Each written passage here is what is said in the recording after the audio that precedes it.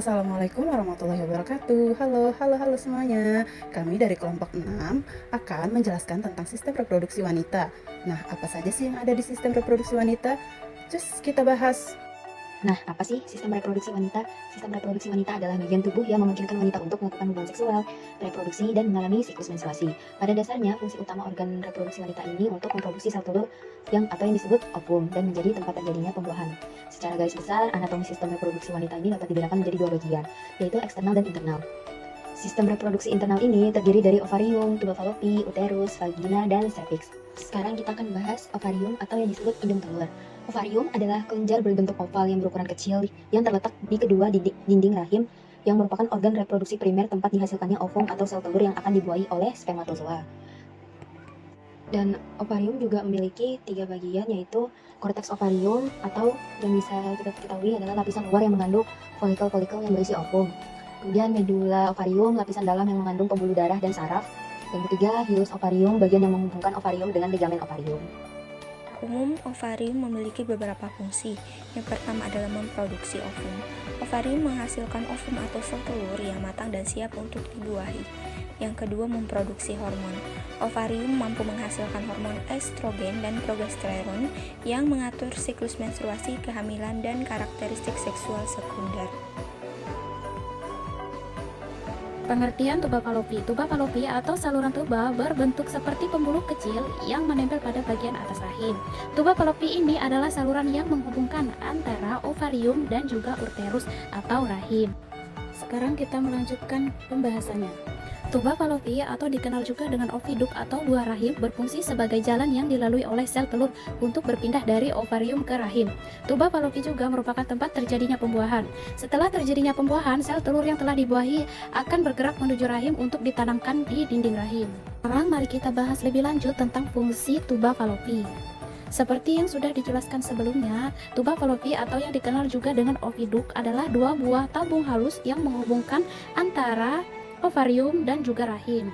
Saluran tuba falopi ini memiliki panjang sekitar 10 hingga 13 cm dengan diameter sekitar 0,5 cm hingga 1,2 cm.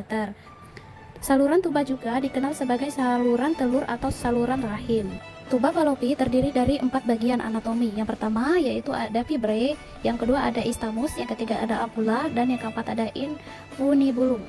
Fungsi tuba falopi. Yang pertama, tuba falopi sebagai saluran untuk sel telur bergerak dari ovarium menuju ke rahim. Yang kedua, terjadi gerakan peristaltik. Terjadi kontraksi otot yang dinamakan gerak peristaltik untuk membawa sel telur menuju rahim. Yang ketiga, tempat terjadinya pembuahan. Di saluran tuba inilah sel telur dan sperma bertemu sehingga terjadi pembuahan. Pembuahan tidak dapat terjadi apabila tuba falopi mengalami penyumbatan akibat kondisi dan penyakit tertentu. Apabila saluran tuba tersumbat, maka sel telur tidak dapat berenang menuju rahim sehingga tidak dapat bertemu dengan sperma. Dalam anatominya, oviduk atau tuba falopi ini memiliki 4 bagian penting untuk menjalankan fungsi yang optimal. Di antaranya yang pertama ada fimbre. Fimbre ini memiliki struktur seperti jari silia atau berambut yang menutupi ovarium. Berfungsi untuk menangkap sel telur dari permukaan ovarium ke infundibulum selama proses ovulasi. Selanjutnya ada ampulla, bagian tengah tuba falopi yang terluas dan terpanjang dan menjadi tempat bertemunya sel telur dan sperma atau tempat terjadinya pembuahan. Selanjutnya ada infundibulum, struktur yang menyerupai corong dan menjadi bagian terluar dari tuba falopi. Fungsi bagian ini yakni untuk menerima sel telur dan tempat melekatnya fimbre. Yang terakhir ada istamus. Istamus adalah saluran kecil dan sempit yang menghubungkan ampulla ke rongga rahim. Selanjutnya adalah uterus. Uterus atau yang biasa kita sebut dengan rahim merupakan organ berongga yang bentuknya menyerupai buah pir. Bagian ini akan menjadi tempat janin tumbuh dan berkembang sebelum proses persalinan. Rahim juga mendukung tahap awal perkembangan embrio. Selama proses melahirkan, otot-otot pada lapisan rahim akan berkontraksi untuk mendorong janin melalui jalan lahir. Selanjutnya ada vagina. Vagina adalah organ dengan tabung berisi otot yang menghubungkan serviks dan bagian luar tubuh. Organ ini terletak di belakang kandung kemih dan di bawah serviks. Bagian elastis ini dapat melebar saat bayi lahir dan menyempit saat tampon digunakan sebagai pembalut menstruasi. Selain itu, vagina dilapisi dengan selaput lendir yang dapat menjaga kelembapannya.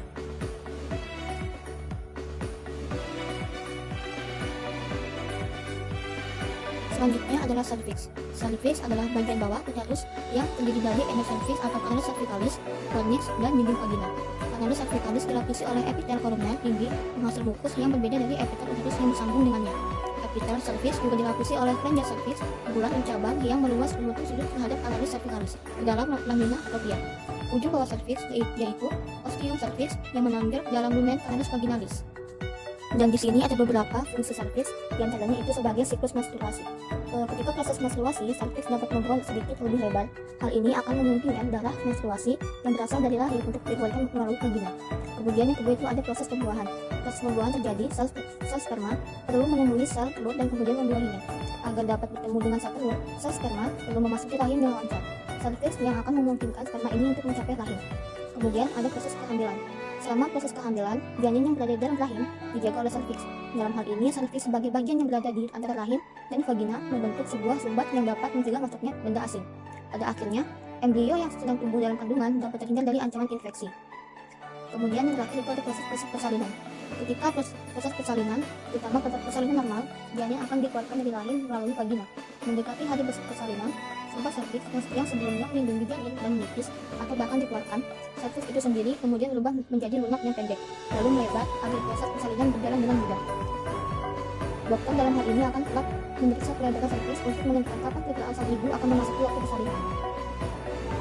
Organ eksternal wanita. Yang pertama ada vulva, bagian luar organ reproduksi wanita yang terdiri dari labia mayor, labia minor, klitoris, dan perineum. Labia mayor, dua lipatan kulit luar yang berambut yang membentang dari mons pubis ke arah posterior hingga komisura posterior labia mayora berasal dari embriologis dari pembengkakan labioskrotal. Labia minora, dua lipatan kulit tak berambut yang terletak di dalam labia mayora. Labia minora menyatu di bagian depan untuk membentuk tudung klitoris dan menyatu di bagian belakang, membentuk lipatan kulit yang disebut forsyth. Labia minora berasal secara embriologis dari lipatan uretra.